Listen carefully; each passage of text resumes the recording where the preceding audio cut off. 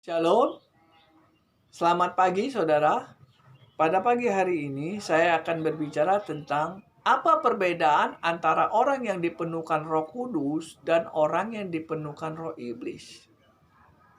Banyak orang Kristen tidak tahu mana itu yang dipenuhkan Roh Kudus, mana itu yang dipenuhkan roh iblis.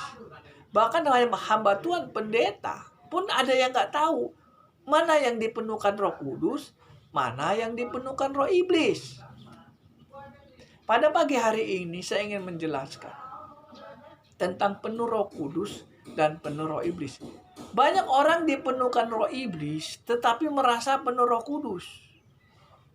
Saya ulangin lagi, banyak hamba Tuhan mereka dipenuhkan roh iblis tetapi mereka merasa dipenuhkan roh Tuhan, Roh Kudus. Aneh. Orang dipenuhkan roh iblis tetapi merasa penuh roh kudus. Bingung saya kata. Dan jemaatnya pun buta, nggak ngerti. Mana itu penuh roh kudus, mana itu penuh roh iblis. Dulu juga saya nggak ngerti. Mana itu penuh roh kudus, mana yang penuh itu roh iblis. Yang penting berbahasa roh itu penuh roh kudus. Yang penting sebut nama Yesus itu penuh Roh Kudus. Yang penting bisa mengadakan mujizat itu penuh Roh Kudus. Itu dulu. Setelah saya sudah mengerti firman Tuhan. Oh, ini ternyata penuh Roh Kudus. Oh, ini ternyata penuh roh iblis. Baru saya tahu setelah saya belajar firman Tuhan, dikasih pengertian. Oh, ini loh fit penuh Roh Kudus, ini penuh Roh Kudus, roh iblis. Saya ingin jelaskan kepada saudara. Apa sih ciri-ciri orang yang penuh Roh Kudus? Ya kan? Apa sih ciri-ciri orang yang penuh Roh Kudus? Saya nggak bisa menilai saudara penuh Roh Kudus. Saudara juga nggak bisa nilai saya penuh Roh Kudus. Nggak bisa. Yang bisa menilai saudara penuh Roh Kudus atau roh iblis ini firman Tuhan.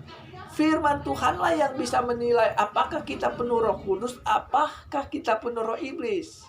Nah, ciri-ciri orang yang penuh Roh Kudus itu ada di dalam Yohanes 14 ayat yang ke-15. Ini saya katakan ciri-ciri orang yang dipenuhkan Roh Kudus, ya. Yohanes 14 ayat yang ke-15. Jikalau kamu mengasihi aku, kamu akan menuruti segala perintahku. Aku akan meminta kepada Bapa, Ia akan memberikan kepadamu seorang penolong yang lain, supaya Ia menyertai kamu selama-lamanya, yaitu Roh kebenaran. Dunia tidak dapat menerima Dia, sebab dunia tidak melihat Dia dan tidak mengenal Dia, tetapi kamu mengenal Dia, sebab Ia menyertai kamu dan akan diam di dalam kamu. Inilah ciri-ciri orang yang dipenuhi Roh Kudus. Roh Kudus tinggal di tempat orang yang mengikuti perintah Tuhan. Jika kamu mengasihi jika kamu mengasihi aku, kamu akan menuruti segala perintahku. Jadi persyaratan untuk kita bisa bisa dimasuki Roh Kudus, persyaratannya kita harus mengikuti perintah Tuhan. Ya, ini firman Tuhan. Jadi kalau saudara tidak mengikuti perintah Tuhan, saudara nggak mungkin dipenuhkan Roh Kudus yang katakan Yesus. Ya kan?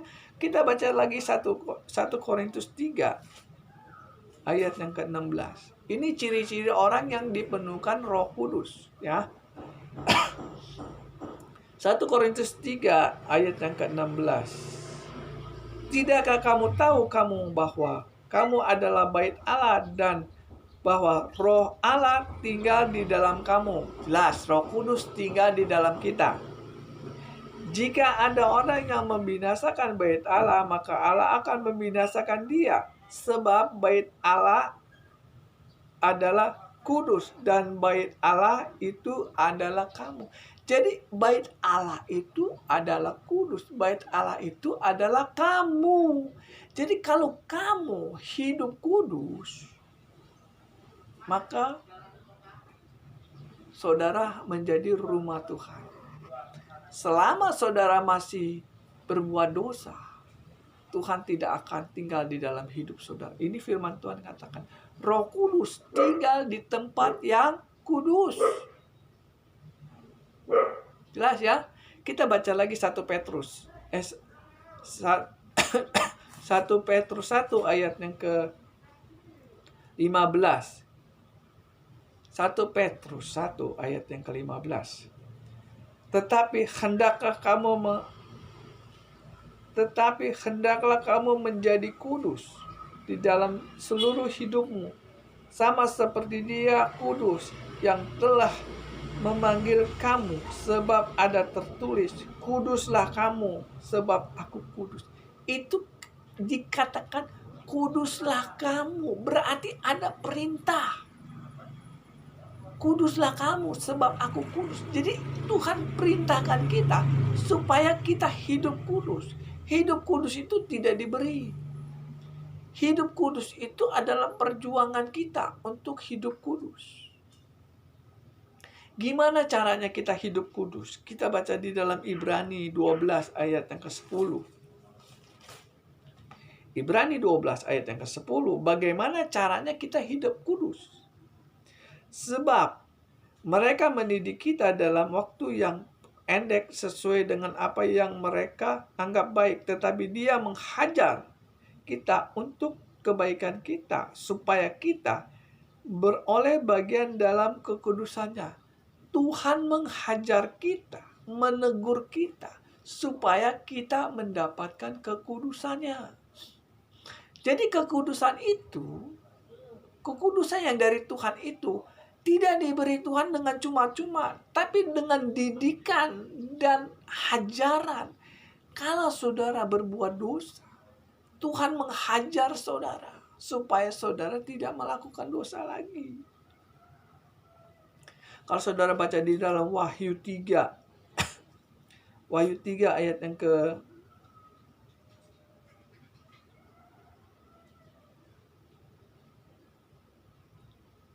Wahyu 3 ayat yang ke-19. Barang siapa aku kasih, ia akan ku tegur dan ku hajar. Sebab itu relakanlah hatimu dan bertobatlah. Jadi kalau salah satu orang yang hidup kudus itu bertobat. Wahyu yang ketiga ayat yang ke-19. Barang siapa aku kasih, ia akan ku tegur dan ku hajar. Sebab itu relakanlah hatimu dan bertobatlah. Ada kata-kata bertobat. Jadi kalau orang hidup kudus, itu adalah orang yang bertobat. Orang yang bertobat itulah yang akan dimasuki Roh Kudus. Makanya pada waktu saudara percaya Yesus sebagai juru selamat, dosa saudara dihapus. Maka Roh Kudus masuk ke dalam hidup saudara. Tetapi kalau saudara tidak mau menjalankan segala perintah Tuhan yang Tuhan sudah buat di Alkitab. Contohnya gini, saudara sudah dibaptis, sudah dibersihkan saudara, tetapi saudara melakukan dosa lagi, maka Roh Kudus yang ada di dalam hidup saudara keluar. Inilah ciri-ciri orang yang dipenuhkan Roh Kudus. Ciri-ciri orang yang dipenuhkan Roh Kudus adalah orang yang bertobat. Sekarang saya ingin katakan, banyak orang Kristen yang gak mau bertobat. Dia gak bertobat, masih melakukan dosa, tetapi merasa penuh Roh Kudus. Firman Tuhan mengatakan, orang yang dipenuhkan Roh Kudus adalah menjalankan perintah Tuhan. Saudara baca lagi 1 Tesalonika 4 ayat yang ke-7. Di situ dikatakan, kamu dipanggil bukan untuk melakukan apa yang cemar, tapi apa yang kudus. Kita menjadi orang Kristen ini dipanggil bukan untuk melakukan dosa, tetapi melakukan yang kudus. 1 Petrus 1 ayat yang ke-15-16. Kuduslah kamu, sebab Allah kudus. Kuduslah kamu itu perintah, bukan pemberian. Kuduslah kamu. Itu perintah. Jadi kalau saudara ingin dipenuhkan Roh Kudus, saudara harus hidup kudus. Apa sih hidup kudus itu? Apakah dengan kita banyak berdoa kita menjadi kudus? Apakah dengan cara kita banyak khotbah kita menjadi kudus? Apakah dengan cara kita menolong orang kita menjadi kudus? Enggak. Enggak. Mungkin saudara ngelihat saya kudus, tapi Tuhan belum tentu ngelihat saya kudus. Kekudusan didapat bukan cara kita berkhotbah. Kekudusan didapat bukan dengan cara kita berbuat baik sama orang. Kekudusan itu bukan karena kita banyak berdoa. Kekudusan kita dapatkan dengan cara kita bertobat. Berbuat baik sama bertobat itu beda, saudara yang kekasih. Kalau berbuat baik, semua agama berbuat baik. Agama Islam, agama Buddha, nggak punya agama pun ada yang berbuat baik. Kalau soal berdoa, nggak usah diragukan lagi. Orang Islam yang nomor 1. Doanya nggak salah. Tapi bukan itu yang dikatakan kudus. Bagaimana sih caranya supaya kita hidup kudus? Banyak orang Kristen tidak tahu itu kudus itu apa.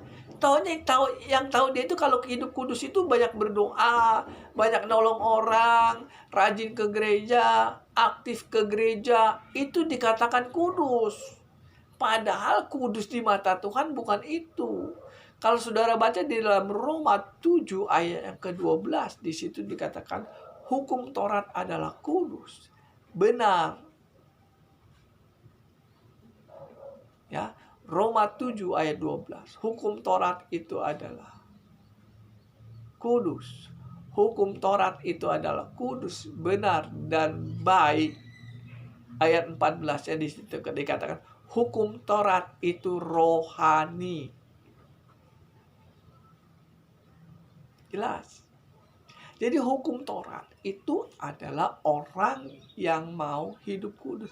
Selama saudara tidak menjalankan hukum Taurat, hidup saudara nggak bisa kudus. Mungkin di mata manusia saudara kudus, banyak berdoa, ngomongnya baik, sering bantu orang, rajin ke gereja, doa puasa. Mungkin di mata manusia saudara dikatakan kudus, tapi di mata Tuhan belum tentu kudus.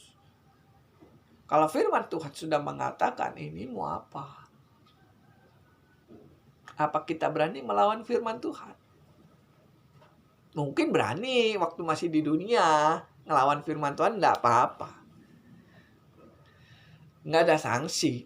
Tetapi kalau setelah saudara mati, saudara melawan perintah Tuhan, gimana? Berani saudara? Saya nggak berani melawan perintah Tuhan. Tuhan mengatakan hiduplah kudus, ya jalankanlah hukum Taurat. Hukum Taurat itu nggak boleh berzina, ya kan? Nggak boleh maling, nggak boleh berdusta, hormati orang tua, jangan ada Allah lain selain Yesus, jangan menyebut nama Tuhan dengan sembarang. Apalagi itu? Jangan mengingini syirik lah kasar ngomongnya. 9, jangan membuat patung dan menyembahnya. Apalagi? Ada 10 hukum Taurat toh. Jalanin aja itu. Maka hidup saudara akan kudus. Setelah saudara hidup kudus, maka Roh Kudus akan masuk ke dalam hidup saudara. Inilah caranya kita dipenuhkan Roh Kudus. Bukan setiap kali kita penuh Roh Kudus itu dipenuhkan, bukan setiap kali kita berbahasa roh itu dipenuhkan Roh Kudus. Karena roh iblis juga bahasanya seperti Roh Kudus. Roh iblis bisa mengadakan mujizat pakai nama Yesus. Matius 24 ayat 24. Nabi-nabi palsu mengadakan mujizat pakai nama Yesus. Tapi bukan untuk menyelamat umat Tuhan, tapi untuk menyesatkan anak Tuhan. Jadi orang yang dipenuhkan bahasa roh itu harus dilihat dulu. Ini dimasuki roh Tuhan atau roh iblis. Kalau dia dimasuki roh Tuhan, hidupnya nggak maling. Sekarang saudara perhatikan banyak hamba Tuhan menyalahgunakan firman Tuhan untuk mencari kekayaan toh. Tapi dia penuh roh katanya. Roh apa? Kalau hamba Tuhan menyalahgunakan firman Tuhan untuk mencari keuntungan dari jemaat, itu nggak dipenuhkan Roh Kudus, roh iblis. Matius 4 ayat ke-8. Barang siapa menyembahku, aku akan memberikan segala kekayaan. Menyembah iblis berarti berbohong. Menyalahgunakan firman Tuhan untuk memperkaya diri, itu namanya menipu.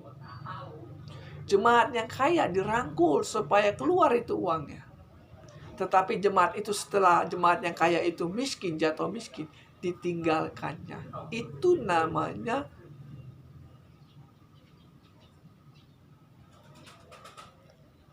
ya, yang tadi ya, ciri-ciri orang yang dipenuhkan Roh Kudus, hidupnya kudus, nggak nipu, nggak maling, nggak berbohong. Jadi nggak bisa saudara melihat, hamba Tuhan itu penuh Roh Kudus. Dilihat dulu sifat karakternya. Apakah dia benar-benar menjalankan perintah Tuhan? Kalau dia menjalankan perintah Tuhan, dia penuh Roh Kudus. Kalau hamba Tuhan itu tidak menjalankan perintah Tuhan, dia nggak penuh Roh Kudus. Firman Tuhan sudah katakan, yang menilai saudara masuk dipenuhkan Roh Kudus atau dipenuhkan Roh Iblis itu bukan pendeta. Yang menilai saudara penuh Roh Kudus atau Roh Iblis itu firman. Firman Tuhan mengatakan barang siapa yang mengikuti firman-Ku, ia akan dimasuki Roh Kudus. Selama saudara nggak menjalankan firman Tuhan, saudara nggak dipenuhkan Roh Kudus. Ini harus jelas. Kalau saudara ingin dipenuhkan Roh Kudus, saudara harus ngerti firman Tuhan. Nah, itu yang dipenuhkan Roh Kudus. Apa ciri-ciri orang yang dipenuhkan Roh Iblis? Ya berlawanan dengan firman Tuhan. Selama saudara melanggar firman Tuhan, maka selama itu saudara dimasuki Roh Iblis. Tukang tipu. Banyak kan orang Kristen yang tukang tipu masih. Ke gereja jojong, doa jojong, bantu orang jojong, bohong jojong. Itu bukan dipenuhkan Roh Kudus, dipenuhkan Roh Iblis. Saya ingin katakan sekali lagi. Kalau kita mendengar firman Tuhan, kalau kita mendengar berpuluh-puluh tahun kita mendengar firman Tuhan yang salah. Saya ulangin lagi.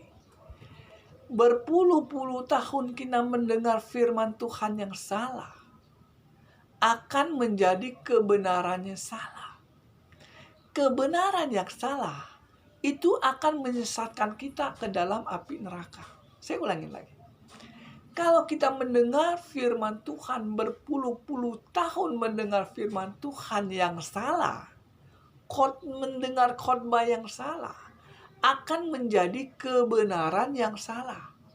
Kebenaran yang salah itu akan membawa kita kesesatan. Ya.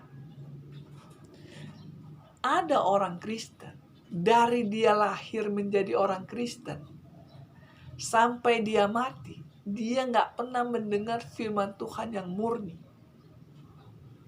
Ada orang Kristen semenjak dia menjadi Kristen sampai dia mati, dia belum pernah mendengar firman Tuhan yang benar. Sehingga pada waktu dia mati, nggak masuk surga. Galatia 1 ayat 6 ayat 7. Terkutuklah orang yang memberitakan Injil lain. Kalau saudara tidak pernah mendengar Injil yang murni, maka saudara bukan mendapatkan berkat, bukan mendapatkan keselamatan, tetapi mendapatkan kutuk. Galatia 1 ayat 6 ke 7. Tidak semua hamba Tuhan memberitakan Injil Kristus yang murni. Ada Injil lain. Ya, saudara yang kekasih, saudara kalau ingin melihat kebenaran firman Tuhan, jangan senang disanjung, jangan senang dijilat. Kalau saudara ingin mendengar firman Tuhan yang murni, jangan terlalu mau dipuji-puji, dijilat-jilat, jangan mau. Saudara perhatikan, dia itu memuji kita itu apa? Saudara melayani Tuhan, beli segala macam lah. Saya sudah mendengar perkataan kayak gitu udah kebel. Ujung-ujungnya apa? Memanfaatkan kebaikan orang untuk mencari keuntungan. Saya 30 tahun melayani Tuhan, jadi saya tahu. Saya pernah ngerasain juga. Dimanfaatkan gereja bukan untuk melayani Tuhan, tapi untuk mencari uang. Banyak gereja yang mencari uang. Alasannya untuk pekerjaan Tuhan. Padahal bukan untuk memperkaya. Fakta. Untuk mencari firman Tuhan yang murni itu nggak gampang, saudara. Saya berkhotbah seperti ini juga nggak gampang. Perlu keberanian yang besar melawan hamba-hamba Tuhan yang dimasuki roh iblis. Apakah hamba Tuhan bisa dimasuki roh iblis? Bisa. Saudara baca di dalam Yohanes 13 ayat yang kedua. Iblis membisikkan Yudas Iskariot untuk mengkhianati Yesus. Coba saudara baca di dalam Yohanes 13 ayat yang kedua. Adakah hamba Tuhan yang dimasuki roh iblis? Ada. Yohanes 13 ayat yang kedua. Saya bacakan. Mereka sedang makan bersama dengan Yohanes 13 ayat yang kedua. Mereka sedang makan bersama dan iblis telah membisikkan rencana dalam hati Yudas Iskariot, anak Simon, untuk mengkhianati dia. Bayangin, hamba Tuhan berhubungan dengan iblis untuk mengkhianati Yesus. Hamba Tuhan bersekutu dengan iblis untuk mengkhianati Tuhan. Nah, hamba Tuhan inilah yang dimasuki roh iblis. Yohanes 13 ayat yang ke-27. Yohanes 13 ayat ke-27. Dan sesudah Yudas menerima roti itu, ia kerasukan iblis. Jelas. Hamba Tuhan yang bersekutu dengan iblis itu dimasuki roh iblis. Ujungnya apa, saudara? Dia maling kas uang Tuhan. Yohanes 12 ayat yang ke-6. Yudas Iskariot sering maling uang Tuhan. Di dalam hukum Taurat tidak boleh maling, tapi dia maling. Itu fungsi uang hukum Taurat. Apakah di akhir zaman ini ada hamba Tuhan yang tidak maling uang kasnya Tuhan? Banyak. Matius 22 ayat 21. Berikanlah kepada kaisar apa yang kamu berikan, dan kepada Tuhan apa yang kamu berikan. Apa yang saudara berikan kepada Tuhan? Imamat 27 ayat 30. Di situ dikatakan uang perpuluhan adalah miliknya Tuhan. Jelas. Jadi uang Tuhan itu adalah uang perpuluhan. Sekarang ini uang perpuluhan bukan punya Tuhan lagi. Punya pendeta. Punya gereja. Itu apa namanya? Maling. Iya kan? Nggak ada bahasa yang bagus lagi kalau sudah kayak gitu. Maling. Uang Tuhan sekarang bukan uang Tuhan lagi. Uang pendeta. Sehingga pendeta jadi kaya. Padahal di dalam Imamat 27 ayat 30 uang perpuluhan adalah miliknya Tuhan. Yudas maling uang kas Tuhan. Tapi tidak sadar. Banyak hamba Tuhan tidak sadar. Dia maling uang Tuhan tetapi merasa nggak maling. Merasa gereja itu punya dia. Sehingga uang perpuluhan punya dia. Gereja itu bukan punya pendeta, saudara. Gereja itu punya Tuhan. Eklesia artinya orang-orang yang dipanggil keluar dari dosa. Kalau dipimpin oleh hamba Tuhan yang tukang maling, berarti dia dimasuki roh iblis, tukang maling. Waktu saudara kaya, saudara dirangkul, uang saudara keluar. Saudara dijilat, keluarlah uang itu. Alasannya untuk pelayanan.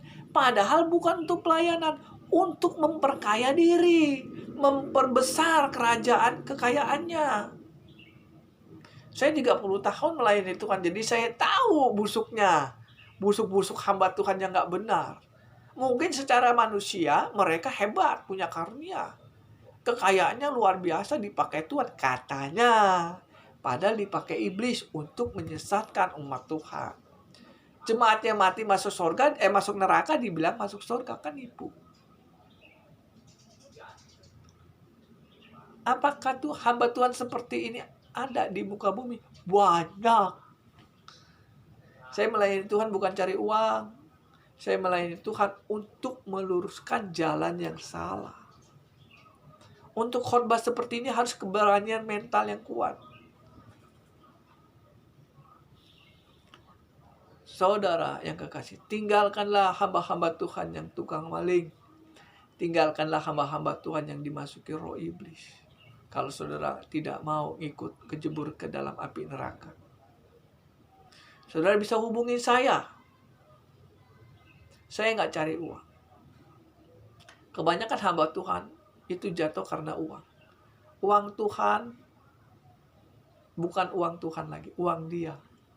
Saudara perhatiinlah hamba-hamba Tuhan yang kaya. Kalau berbicara tentang uang perpuluhan dia nggak mau. Karena dia takut rahasianya kebongkar.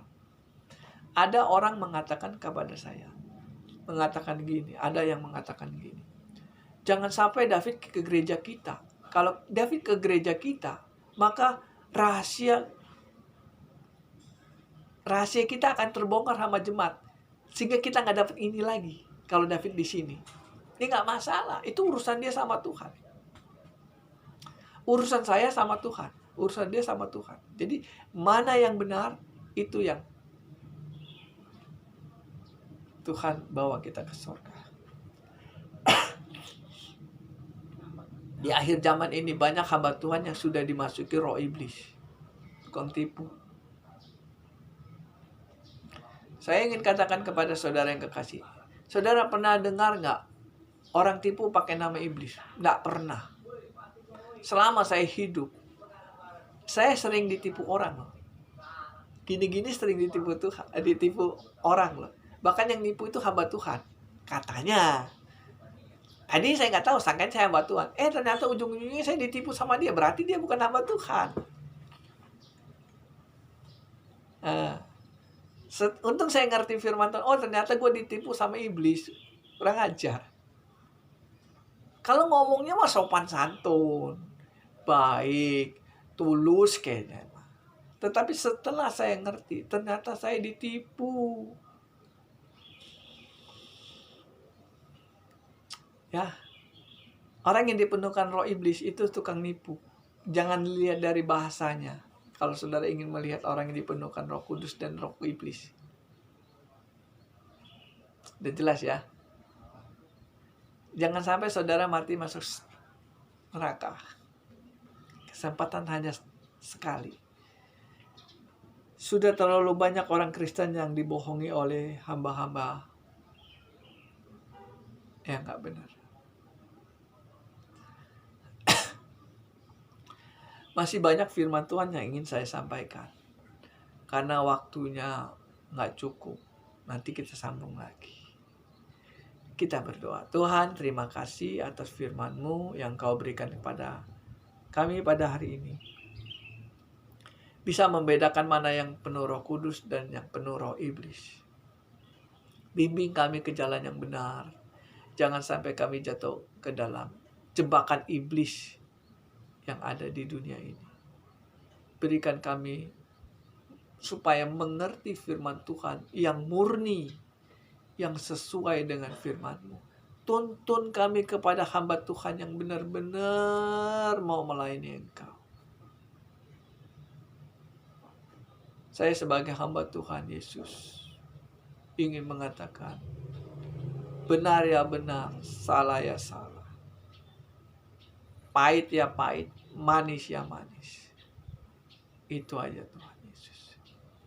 Jaga saya Tuhan, supaya saya tidak meninggalkan ajaran-Mu yang murni, sekalipun itu pahit. Dalam nama Yesus. Haleluya. Amin.